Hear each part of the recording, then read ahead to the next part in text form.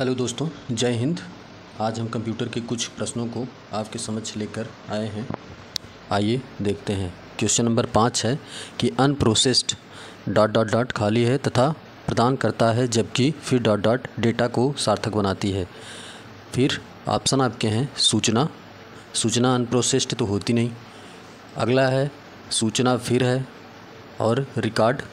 इसको एलिमिनेट करने का यही ऑप्शन है कि आप डेटा क्या होता है, ये अनप्रोसेस्ड तथ्य प्रदान करता है, क्योंकि प्रोसेसिंग से पहले वो डेटा ही होता है, और जब प्रोसेस्ड हो जाता है तो उसके बाद ये क्या हो जाता है, सार्थक हो जाता है। तो इसका आंसर क्या होगा, डेटा अनप्रोसेस्ड तथ्य प्रदान करता है, जबकि सूचना डेटा को सार्थक बनाता है।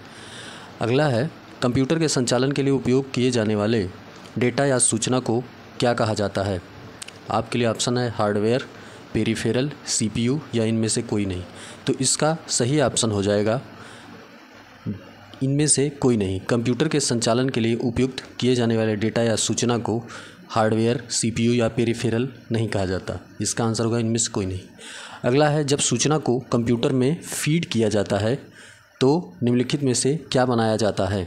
जब कंप्यूटर को फीड किया जाता है तो क्या बनाया जाता है। इसके ऑप्शन है डेटा, विचार, ऑब्जेक्ट, तथ्य। तो जब सूचना को कंप्यूटर में फीड किया जाएगा तो ये डेटा बन जाता है। अगला है क्वेश्चन नंबर 8, निम्नलिखित में से कौन सा नॉन न्यूमेरिक डेटा का उदाहरण है। कर्मचारी का नाम, टेस्ट स्कोर, बैंक खाता संख्या या ये सभी। इसका ऑप्शन हो जाएगा कर्मचारी का नाम। ये न्यूमेरिक डाटा नहीं है। न्यूमेरिक माने न्यूमेरिकल एक्टिविटीज़ होता है। आगे देखते हैं क्वेश्चन नंबर 9। क्वेश्चन नंबर 9 कह रहा है सार्थक रूप से प्रस्तुत किया गया डेटा क्या कहलाता है। सार्थक रूप से प्रस्तुत किया गया डाटा क्या कहलाता है। आपके ऑप्शन है प्रोसेस, सॉफ्टवेयर, स्टोरेज या सूचना। तो इसकी सीधी सी बात है, आप भी समझ गए होंगे। इसका आंसर होगा सूचना। जब डाटा को प्रोसेस कर दिया जाता है तो वो इन्फॉर्मेशन में चेंज हो जाता है। अब अगला है कंप्यूटर के मूल कार्य क्या होते हैं। ऑप्शन क्वेश्चन नंबर 10 है कंप्यूटर के 4 मुख्य कार्य क्या हैं।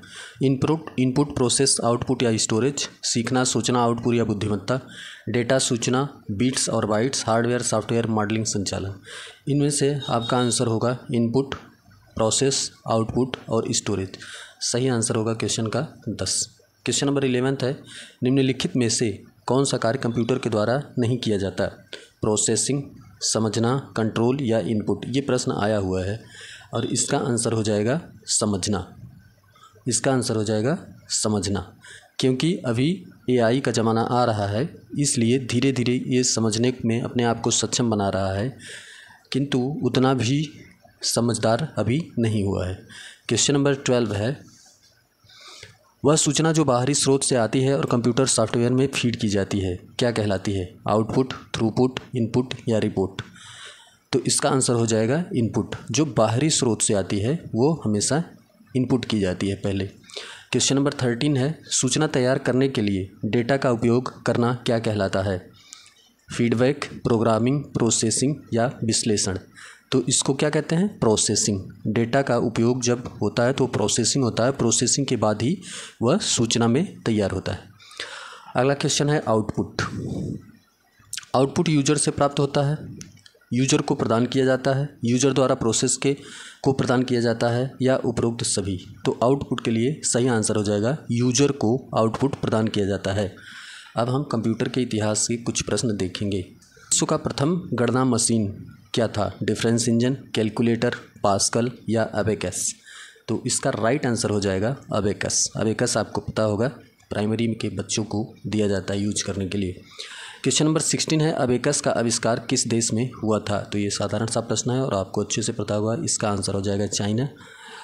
अगला क्वेश्चन है दुनिया में पहले डिजिटल कंप्यूटर का नाम क्या था। परम, प्रोलॉग, यूनिवाक या इनिएक। तो इसका सही उत्तर होगा इनिएक।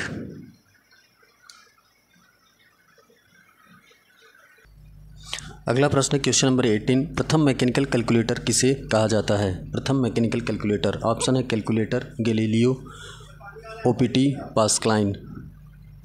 तो इसका सही आंसर हो जाएगा पास्कलाइन को पहला मैकेनिकल कैलकुलेटर कहा जाता है। चार्ल्स बेबेज द्वारा निर्मित एनालिटिकल इंजन को क्या कहा जाता है? इलेक्ट्रिकल, टेक्निकल या मैकेनिकल?